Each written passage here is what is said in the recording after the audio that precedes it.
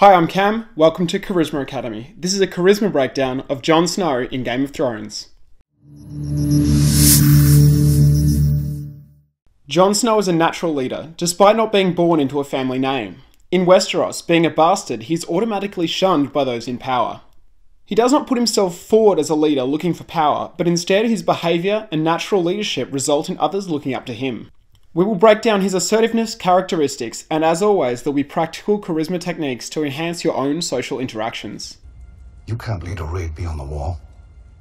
You're not in the Night's Watch anymore. You're king in the north. I'm the only one here who's fought them.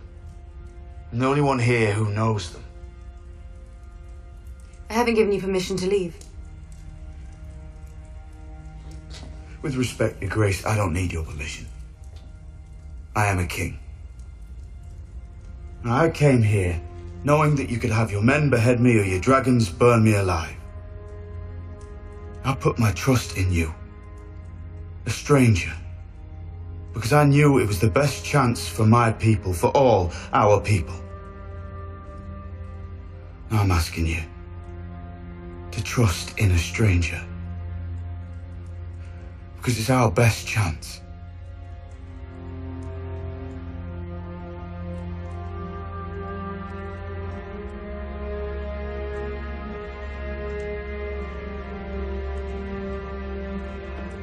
Here we see Daenerys trying to assert that she's in charge of the situation and has the ability to command Jon. He's incredibly clear on how he sees the situation, and by directly communicating this to her, everyone in the room, including Daenerys, respects his decision. Often people will try to set up informal hierarchies within a group by telling others what to do. This could be in a social or work setting. If someone who has no clear authority over you tries to impose their will, you can counter this by calling it out. This act alone places you outside of their control. This can be really powerful, as it is likely that others who don't feel confident or comfortable enough to do this will admire and respect the fact you don't get pushed around. One of the most challenging things to do is to stand up for yourself without being aggressive or pushing others away. This can be massively damaging to your charisma. There are two main ways to do this. Honestly stating the situation as you see it, as we saw before between Jon and Daenerys. It can be saying something as simple as, "I disagree," or "I don't think that's very fair." Another method to deal with people verbally attacking you is to use hyperbole, similar to exaggeration. You can extend their viewpoint to ridiculous proportions to point out that you do not agree in a light-hearted and less aggressive way, while still getting your point across. If someone was to attack you verbally, for example, "Why would you even like video games?" That's for people who can't interact in real life. You could respond, "Yeah, it's amazing I managed to even be here today. I'm literally the only person who can hold a conversation and play video games." Lord Tyrion has invited me to Dragonstone to meet with Daenerys. And I'm going to accept. We need this dragonglass, my lords.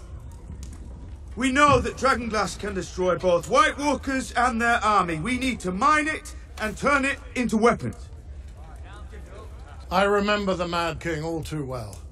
A Targaryen cannot be trusted, nor can a Lannister. We called your brother king. And then he rode south and lost his kingdom. Winter is here, Your Grace. We need the king in the north, in the north.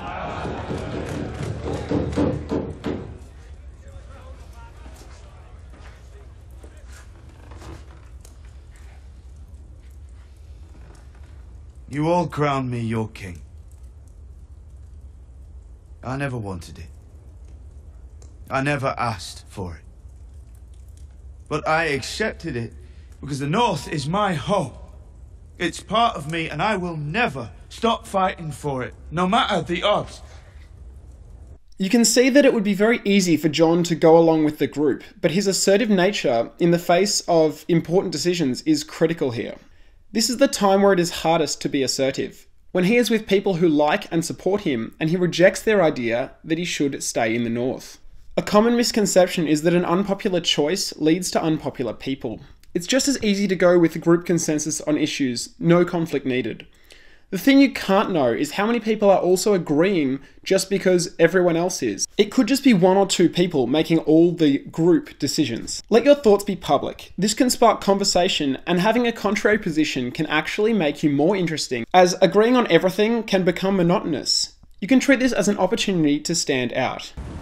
The dead are coming for us all. Why don't you figure out what to do about my missing fleet and murdered allies? And I'll figure out what to do about your walking dead men. She's not about to head north to fight an enemy she's never seen on the word of a man she doesn't know. After a single meeting? It's not a reasonable thing to ask.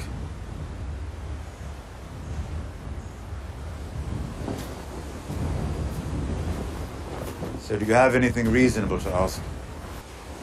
I will allow you to mine the dragon glass and forge weapons from it. Any resources or men you need, I will provide for you. Thank you.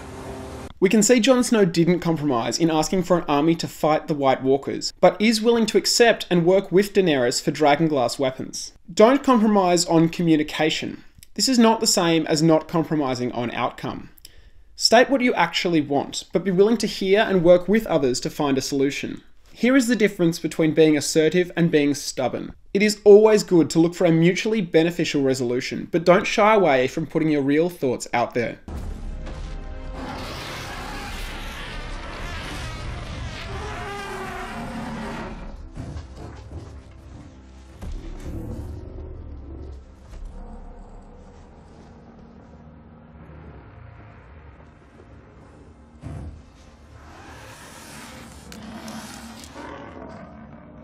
Jon is placed in a situation where most people would be physically threatened. His body language communicates he is strong, confident, and not easily intimidated.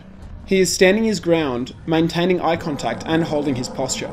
While you're unlikely to encounter a dragon, this is actually a perfect example of what to do in a verbal confrontation, as your body will naturally have a very similar response to physical danger. You may want to fold your arms over your chest to protect sensitive areas, look down, or step backwards. These responses are hardwired into us for protection, but they can be overcome with practice and awareness. When asserting yourself, remember to look the person in the eye, consciously relax your shoulders, try to breathe normally and don't hold your breath, keep a relaxed facial expression, and speak at a strong but normal volume.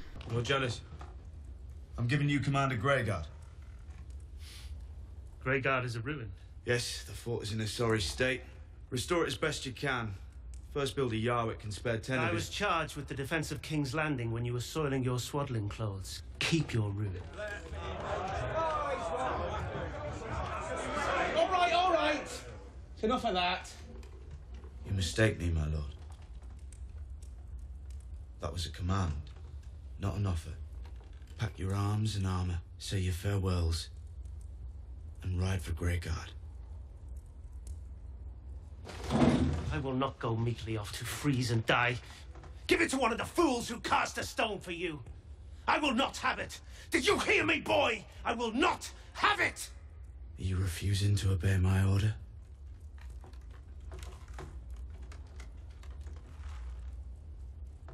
You can stick your order up your bastard arse.